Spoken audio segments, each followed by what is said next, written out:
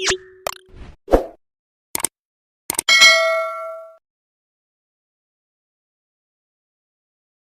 terisi, yang penting bagi mereka dalam bahasa Nabi begini, la taqumus sa'ah hatta takuna bainakum himmatuhum utuluhum wa qiblatuhum nisa'uhum wa syarafuhum mata'uhum. Kata Nabi, tidak akan terjadi hari kiamat sampai kalian akan melihat orang-orang melihat tiga perkara, menjadikan tiga perkara. Apa itu? Pertama, syarafuhum mata'uhum, kemuliaan itu adalah harta. Jadi yang menyebabkan orang mulia itu adalah harta. Qiblatuhum nisa'uhum, kiblat mereka adalah perempuan. Wa himmatuhum utuluhum, tujuan mereka adalah perut mereka. Ini adalah bahasa tangga, itu adalah hal yang wajib untuk dijaga. Dan barang siapa yang mengambil atau merampas hak-haknya seperti ini, maka mereka berhak mendapatkan hukuman yang setimpal. Harta kalian, darah kalian, keluarga kalian, agama kalian itu haram untuk diusik. Sama halnya keharaman daripada hari-hari yang haram. Apa maksudnya hari-hari yang haram? Di dalam Al-Quran Allah sebut ada 4 bulan hurum, ada 4 bulan-bulan suci.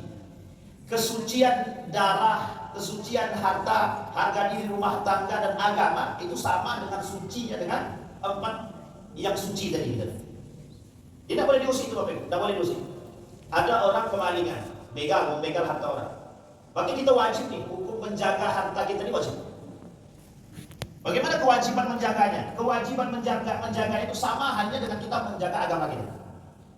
Jadi kalau saat meninggal begal itu sama kita, itu dalam hukum Islam itu tidak dipersoalkan. Bahkan itu dalam kategori menjaga. Cuma naik atau harta orang lain. Dengan cara apapun yang batil, maka dia telah menanamkan api neraka dalam perutnya. Itu dalam segi sosialnya begitu, dalam spiritualnya begitu. Makan harta yang haram, apapun alasannya, memakan harta yang haram atau mengambil hak orang lain dengan cara apapun, itu jatuhnya kepada hal yang haram. Orang yang memakan harta yang haram itu sangat tidak bisa memberikan perilaku yang baik. Jadi kalau Bapak halal apa haram? Karena begini kata Nabi di akhir zaman itu, la ya'tiyanna 'ala nasi zamanun la yubali bima akhadha minal halal minal haram, kata Nabi. Nabi bilang dalam kaidahnya begini, dalam hadis Nabi kata Nabi, innal halal bayyinun wal haram bayyinun. Di antara kedua yang halal dan haram itu ada namanya umur mustabihat, ada perkara-perkara yang subhat. Faman waqa'a fi subhat waqa'a fil haram, yang terjebak dalam subhat, yang terjebak dalam haram. Coba Bapak Ibu bayangkan, di bulan Ramadan itu kita menjaga segalanya. Yang kita jaga di bulan Ramadan ini apa? Bukan haus, bukan lapar. Tapi yang dijaga di bulan Ramadan itu nafsu. Kalau cuma sekedar rakus dengan harta itu memang udah banyak itu. Tapi coba lihat, ada karakter rakus di bulan Ramadan itu ketika orang yang ingin berbuka puasa. Semua mau dibeli, ketika dimakan cuma satu, yang lainnya takdir. Bayangkan dalam Ramadan kita dilatih pendidikan, bukan pendidikan menahan haus dan lapar, tapi ada pendidikan karakter yang al-hirsu asyaddu minat tamak. Ada namanya hirsun, ada namanya tamak. Orang rakus itu ada dua, satu hirsun, satu tamak. Yang tamak ini. Nah, orang yang mengambil haknya orang lain dengan cara yang batil itu bagian daripada hirsun. Parah daripada tamak tadi. Tingkatannya di atas. Kalau rakus mungkin rakus sangat. Kalau kita garis bawahi mencuri ini, yang disebut dengan mencuri itu Pak diam-diam. Kalau sudah lagi namanya merampok. Artinya ghasab itu artinya merampas dengan cara yang zalim. Makna ghasab ini ada 3. Makna ghasab pertama mencari, makna ghasab itu pertama merampas, yang ketiga merampok. Berlaku adillah kalian. Innallaha ya'murukum bil adli wal ihsan wa ita'i dzil qurba wa yanha 'anil fahsya'i wal munkar. Ada kalimat selanjutnya, wal baghi ya'idukum la'allakum tadhakkarun. Ada kalimat yang lain yang Allah sebut di dalam Al-Quran itu baghiyun. Arti baghiyun itu kata para ulama setidaknya ada 5. Satu, maknanya mencari. Yang kedua, makna baghiyun itu zalim. Yang ketiga, makna baghiyun itu maksiat. Yang keempat, makna baghiyun itu hasad. Kemudian yang kelima, berzina. Dan para ulama ada maknanya zalim. Maknanya zalim. Coba kita lihat rujuk kepada ayatnya. Innallaha ya'muru bil 'adli wa yu'minu, kita melakukan adil karena adil itu bagian daripada perbuatan baik. Wal ihsan wa ita'idil qurba. Wa ita'idil qurba. Wa yanha 'anil fahsya. Allah melarang kita melakukan perbuatan keji. Otaknya sedang tidak ada. Kenapa begitu kata para ulama? Karena kalau akal sehatnya berpikir dia nggak akan curi itu. Ini dalam tataran manusia. Manusia itu juga tujuan mereka. Jadi dua tujuan besar mereka itu memiskinkan dan memusnahkan. Sudah miskin dan ketergantungan terhadap ekonomi itu jadi poin. Harta jadi pilihan seseorang itu adalah harta. Kita akan melakukan itu. Para huru-hara kejadian di luar Ramadan. Ketika masuk Ramadan, semua orang mempersiapkan diri untuk menjadi manusia yang bertakwa. Sama-sama Pak, yang ngejarnya cuma satu Pak. Semua orang berlomba-lomba pengen dapat gelar ketakwaan. Pengen tuh Pak. Cuma dia nggak sadar. Sebelum Ramadan yang dia dapat dengan cara yang haram, yang halal kah? Kira-kira orang yang mendapatkan harta dengan cara yang tidak halal ataupun yang haram tadi, berhak nggak dapat gelar takwa itu? Dengan cara yang haram dari harta yang haram ikut iktikaf. Yang kedua itu kalau nggak karena ini nggak mau dia Pak. Namanya demi duit. Kenapa Bapak Ibu? Ada alasannya. Kenapa mereka mau menggadaikan agama mereka demi harta? Itu ada alasannya. Ada Pak. Begitulah yang Allah sebutkan, orang yang tidak beriman itu akan menggadaikan. Apa yang digadaikan sama mereka? Agama. Tidak dengan iman mereka. Makanya mereka hanya bisa begitu. Nah, kembali kata zalim. Dari kezaliman ini Bapak Ibu sekalian yang berbahagia, yang dimaksud zalim di sini adalah terkait dengan pengambilan haknya orang lain dalam bentuk pemaksaan. Pertama, mencuri. Mencuri. Sudah kita bahasakan, ada orang kalau mencuri itu dulu harusnya diam-diam. Tapi sekarang mencuri itu tidak lagi diam-diam, terang-terangan. Perampok. Ada orang yang merampok. Merampok bengkel itu bagian daripada rampok. Merampok tengah jalan. Merampas. Merampas ini unik. Kalau merampas otomatis secara paksa, ini disebut oleh Nabi dalam hadisnya gosok. Apa kata ulama diterjemahkan oleh para, apa maksud gosok itu kata para ulama? Yang pertama kata ulama, gosok itu artinya mencuri atau merampas dengan cara yang paksa. Yang kedua mencari. Makna mereka yang mengambil hak orang lain tanpa alasan atau bagi apa ancaman Allah bagi mereka yang mengambil hak orang lain dengan cara paksa, mencuri, merampas dan lain sebagainya. Mengambil hak orang lain dengan cara paksa, satu, kata Allah, akan azab itu akan disegerakan di dunia dan di akhirat. Oh ya Allah. Jadi dua tahun kan? Bonyok itu Pak. Orang yang melakukan perampasan terhadap hak orang lain, hukumannya wajib mengembalikan apa yang dia miliki, apa yang dia rampas dari orang lain. Lakukan atau ada pahala yang dia miliki diberikan kepada orang yang disaksikan tadi. Ada dosa. Maka dosa orang yang dijadikan saksi tadi ambil kembalikan kepada pelaku yang bersaksi palsu tadi. Mereka dengan neraka dan Allah laknat mereka. Yang segala macam yang dilakukan dengan cara yang tidak baik tadi menjadi saksi. Uniknya bukan itu kata Allah. Yang unik lagi, mereka telah menanamkan api neraka dalam perut mereka. Pola gaya berpikir Murji'ah itu hari ini tertanam dalam diri orang Islam hari ini, umat Muslim hari ini. Kenapa? Apa maksudnya Murji'ah itu, Ustaz? Maksudnya begini. Murji'ah ini kelompok yang muncul pada masa Ali bin Abi Thalib berperang dengan Muawiyah. Timbul Khawarij dan Syiah. Di tengah-tengah itu yang untuk mendamaikan antara Khawarij dan Syiah, termasuk ini juga dalam riwayat yang lain disampaikan pada masa Utsman bin Affan, ada kelompok yang menganggap remeh dosa besar.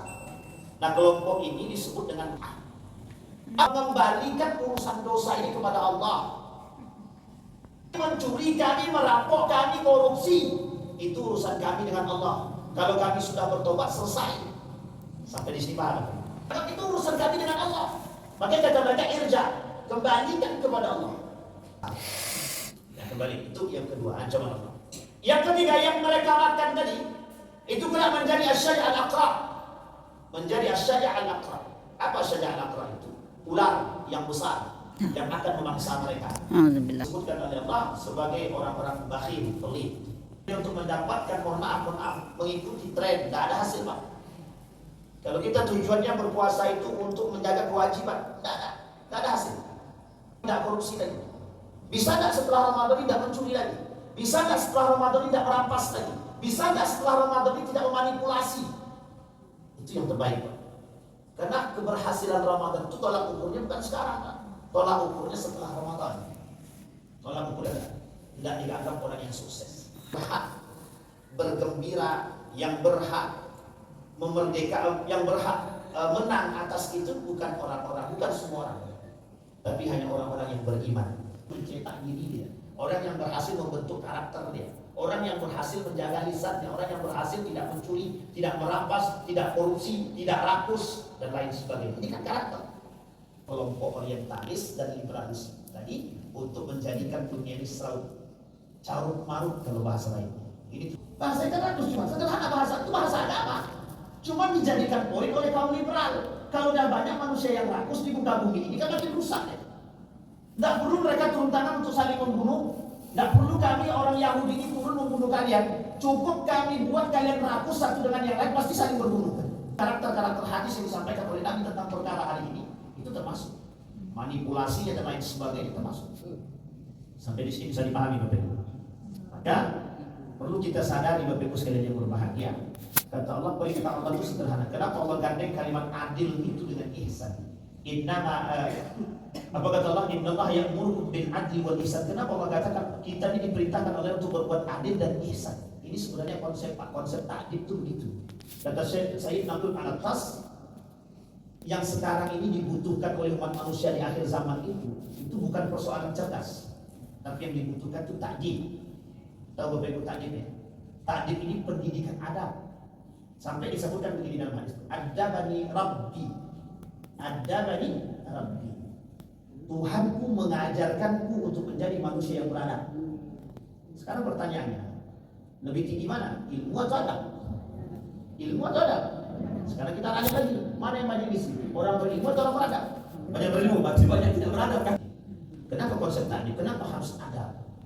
Adab melebihi daripada ilmu. Aku mengajarkan aku adab. Makna adab ini Bapak Ibu bukan etik, bukan akhlak, lebih tinggi daripada dua-duanya.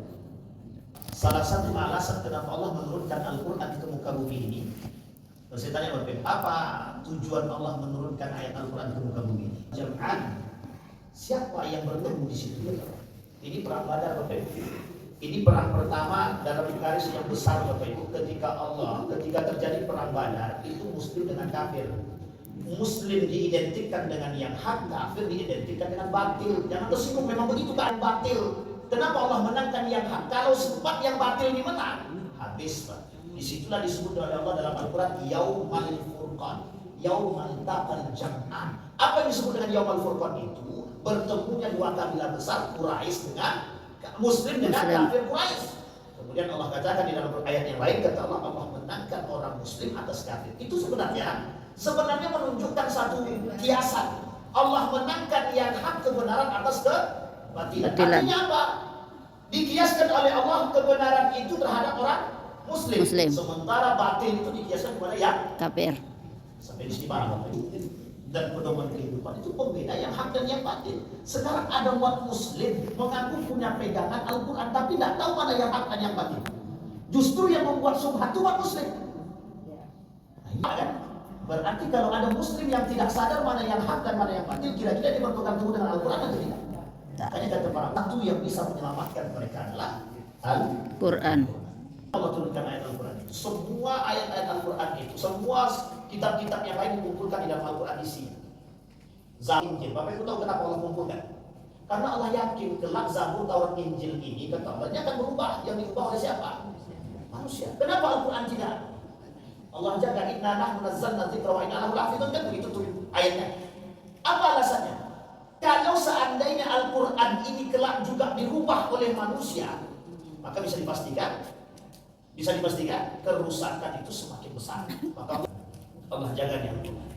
Satu yang kedua, ayat Al-Quran menjawab solusi permasalahan umat itu dijawab oleh Al-Quran melalui turunan. Maka disebutlah dengan turunnya ayat Al-Quran itu tadrijian, perlahan-lahan. Alasannya apa? Menjawab solusi. Kenapa turun ayat tentang khamar? Banyak pelaku khamar. Kenapa turun ayat tentang dusta? Banyak pelaku dusta. Kenapa ayat turunnya dulu baru Al-Quran turun? Sekarang Al-Qurannya sudah ada, tapi kok perilakunya makin banyak. Sampai di sini apa maksudnya? Gaya Muslim tak berpegang teguh pada Al-Quran, itu saja sederhana. Dan yang batil agar orang-orang ini tahu korupsi itu batil. Zina itu batil. Riya itu batil. Riba itu batil. Apa semua itu batil. Merampas itu batil. Gosok itu batil. Mencuri hak orang lain itu batil. Pertanyaannya adalah jika orang itu sadar dengan nilai Al-Quran, kira-kira mencuri atau tidak? Itu bukan sesederhana kita mengaji, membaca, bukan. Bertadabbur. Itu yang hilang dari umat muslim hari ini. Hilang dari umat muslim hari ini bertadabbur dengan ayat Al-Quran. Sawwasa, bisikan setan. Itu bisikan. Kalimat kedua waswasa, yang membuat orang ragu dengan perbuatan ibadah. Jadi kan menguasai diri seseorang. Kok bisa ahli ibadah bisa ragu, tertipu dia. Namanya maghrur, orang-orang yang tertipu.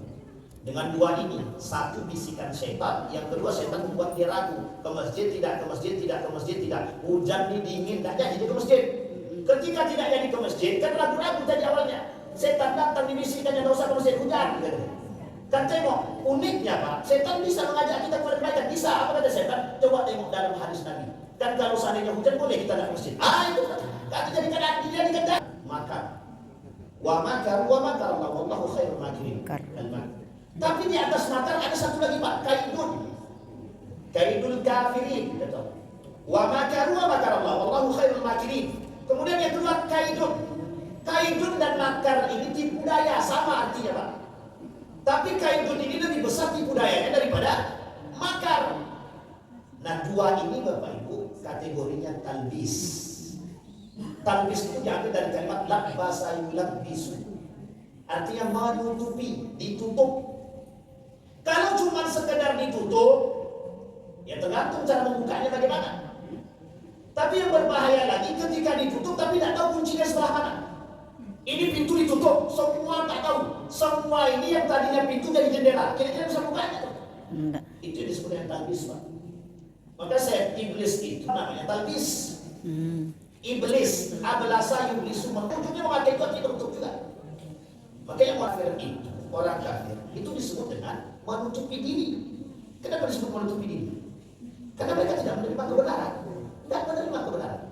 Salah satu persoalan itu disebutkan oleh Imam Al-Ghazali. Orang yang menolak kebenaran, satu kafir, yang kedua orang mukmin yang menolak kebenaran, iblis. Orang mukmin yang melakukan perbuatan tercela itu bisa disebut dengan iblis. Yang tipu daya tersebut. Orang yang selamat dari tipu daya iblis tadi, yang paham akan strategi iblis. Kalau orang paham strategi, kira-kira bisa tidak menyelamatkan diri? Adalah melihat setiap gerak-gerik perbuatan iblis tadi mesti mengarahkan kita kepada sesuatu yang tidak bermanfaat. Tidak bermanfaat. Itu yang disebut nafsa la'amaratun bisu. Ada yang disebut dengan nafsu. Nafsu itu yang mengantarkan kita kepada perbuatan tidak baik, perbuatan yang sesat. Iblis memanfaatkan hawa nafsu itu agar manusia salah jalan. Coba bayangkan. Menamakan rakyat, pokoknya rakyat itu harus dibela. Tahu-tahu sampai ke atas dia pula yang nipu. Hasil daripada perbuatan iblis. Iblis sudah tahu terang-terangan mengatakan kepada Allah, kasih kami waktu untuk menghasut anak Nabi Adam. Karena tahu gitu. Dan itu permintaan iblis. Karena Allah tahu iblis di pengkhianat, pembangkang, Allah kasih. Allah jawab kan, kuat kuatan kita, kuat mana? Kuat lo kuat. Kan gitu bahasanya Allah. Lebih kuat mana, ente, iblis atau anak? Sampai disebutkan oleh iblis ketika komunikasi dengan Nabi. Kata Nabi, man rufaqahu kami ummati. Iblis, siapa kawanmu dari golonganku, kata Nabi.